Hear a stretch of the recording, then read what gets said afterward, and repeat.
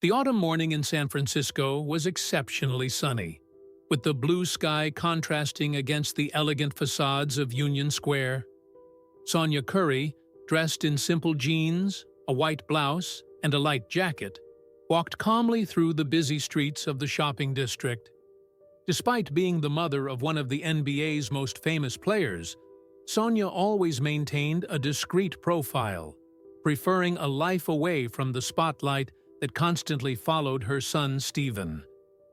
On that specific morning, she was looking for a special gift for her grandson's birthday. Passing by the window display of Ellington's, one of the city's most exclusive luxury stores, her eyes were drawn to a small sports outfit that would be perfect for the occasion.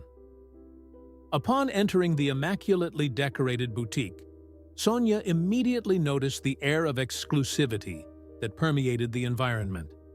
Elegant crystals hung from the ceiling, and impeccably dressed salespeople attended to customers who clearly belonged to the city's financial elite. A blonde woman in a gray suit approached her with a smile that didn't reach her eyes. "May I help you?" she asked, her tone polite but perceptibly cold. "Yes, I'd like to see that children's sports outfit in the window display," replied Sonia with a warm smile.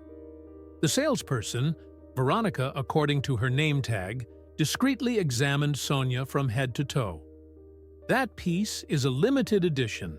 It starts at $2,000. "That's fine," Sonia responded calmly. "I'd still like to see it." Veronica hesitated, her smile faltering slightly. "Perhaps Madam would like to check other stores that offer more accessible options.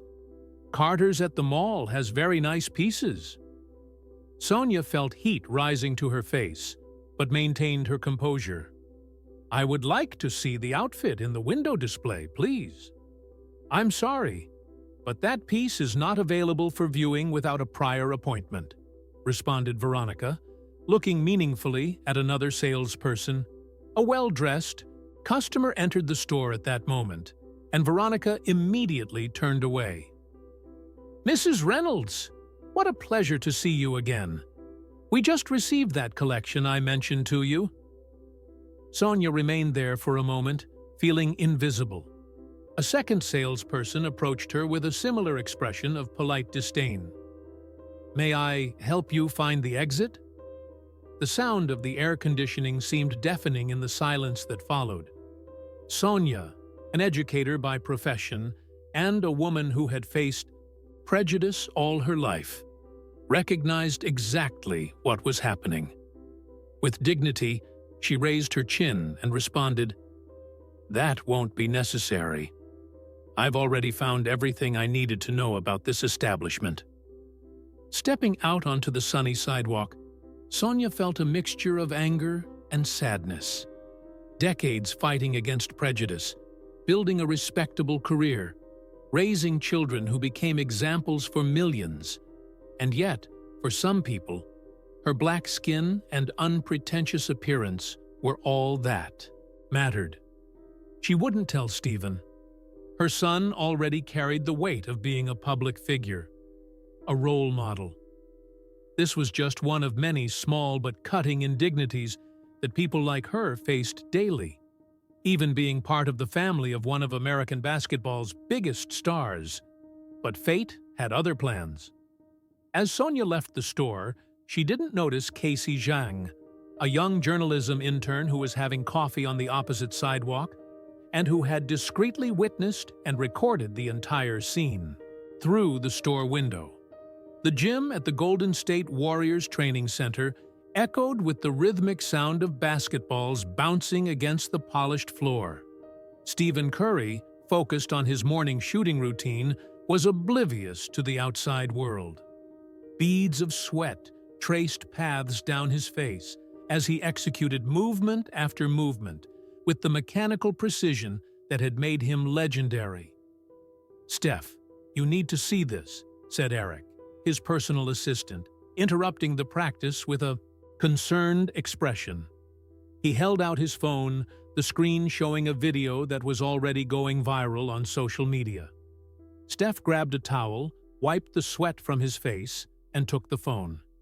As he watched the images of his mother being subtly but clearly discriminated against at Ellington's, his expression transformed. A sequence of emotions crossed his face: surprise, disbelief, then a contained anger he rarely displayed in public. "When did this happen?" he asked, his voice calm but with an underlying tension that Eric knew well. "Yesterday morning. It already has almost 1 million views. The store is being massacred online."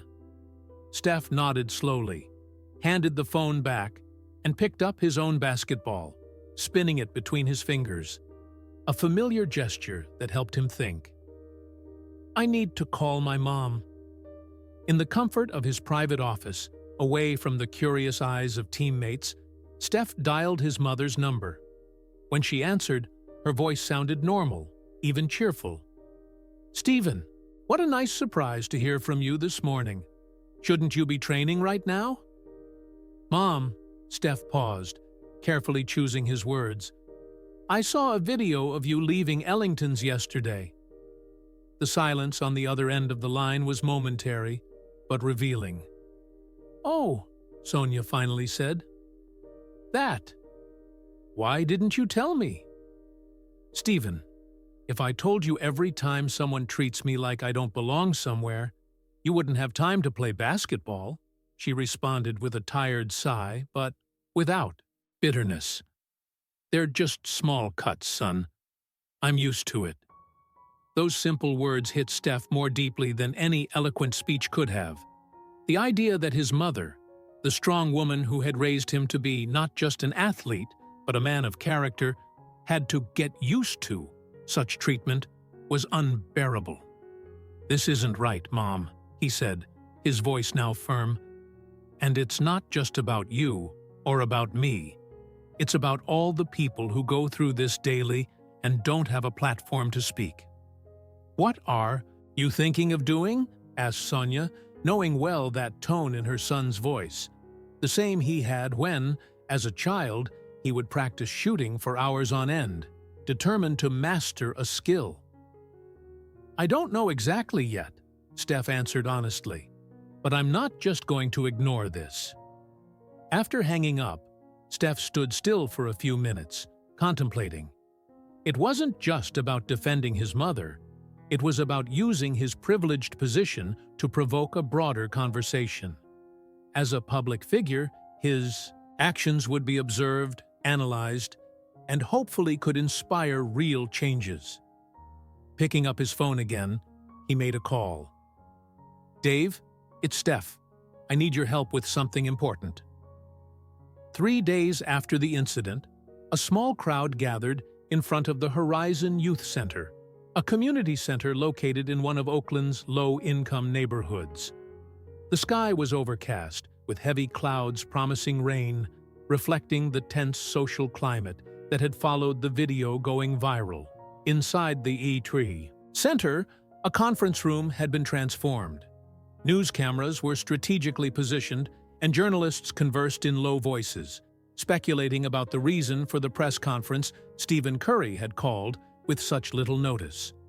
At exactly 10 o'clock, the side door opened. Steph entered, accompanied by a small entourage that included his mother, Sonia, his father Dell, and Dave Phillips, owner of Progressive Sportswear, an emerging sports equipment brand founded by Black entrepreneurs. Steph approached the microphone, wearing not his usual Warriors uniform or clothes from his own Under Armour product line, but a simple T-shirt with the Progressive Sportswear logo. The murmuring in the room decreased when he began to speak. "Good morning, everyone. Thank you for coming on such short notice. In the past few days, many of you have seen the video showing an incident involving my mother at a luxury store here in San Francisco." He paused, his eyes scanning the room. "What you witnessed was not an isolated event. It was a reflection of something that happens daily to countless people in our society." Sonia, seated behind him, maintained an upright and dignified posture, her face expressing a mixture of pride and a certain maternal apprehension about her son taking a public stance on such a delicate matter. "I could easily turn this into a personal issue," continued Steph. "I could call for a boycott of the store or demand that the employees involved be fired, but that wouldn't solve the real problem, which is much larger and much deeper than a single incident or establishment." The room was completely silent now, each person present absorbing his words. "Instead, I want to announce an initiative we're calling Recognizing Value. I am formally ending my current contract with my shoe brand to start a new partnership with Progressive Sportswear." He gestured to Dave Phillips, who nodded in acknowledgement. "Together, we will be launching not just a new product line, but a mentorship program for young entrepreneurs from minority communities, offering business training, microfinancing, and, most importantly, access to networks that have historically been closed to many of us." Cameras clicked incessantly as Steph continued, detailing how part of the profits from the new line would be directed to educational programs in underprivileged neighborhoods, with a special focus on financial literacy and business skill development. "And to start this program, we are transforming this youth center into a community innovation hub with technological resources, co-working space, and access to mentors from various industries." When he finished his formal presentation, journalists raised their hands, eager with questions. A reporter was the first to be called. "Steph, this decision will certainly have a significant financial impact on you. Your previous partnership was worth millions. Aren't you concerned about the consequences for your career?" The athlete smiled, his gaze briefly meeting his mother's before responding. "My mother always taught me that a person's true value isn't in their bank account, but in the positive impact they have on others' lives.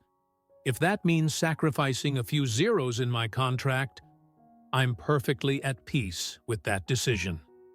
6 months had passed since Stephen Curry's announcement. The cold December wind blew through the streets of Oakland, where the Horizon Innovation Hub, formerly known as the Horizon Youth Center, was festively decorated for its first graduation ceremony. The interior of the building was unrecognizable compared to the old community center. Modern workstations had replaced the worn-out tables, and the walls now displayed vibrant art created by local artists, inspiring the young people who frequented the space daily. Steph walked down the main corridor, personally greeting each of the 50 graduates from the first entrepreneurship program. Dressed in a navy blue suit, but wearing Progressive Sportswear sneakers, now the fastest-growing footwear brand in the country, he seemed genuinely proud as he chatted with the young entrepreneurs. In a side room, Sonia Curry was finalizing preparations for her speech. In recent months, she had become the Foundation's Community Development Director, transforming the painful incident into a catalyst for positive change. "Are you nervous?" asked Dell, her ex-husband and Steph's father, adjusting his own tie. "A little," admitted Sonia, with a smile, "but more excited than nervous. These young people have accomplished incredible things in such a short time." In the audience, familiar and new faces mingled. Representatives from local businesses conversed with angel investors. Proud family members held flowers for the graduates. And discreetly seated in the last row was Veronica, the former Ellington's salesperson. Following the incident and subsequent media attention, the store had implemented a mandatory unconscious bias training program.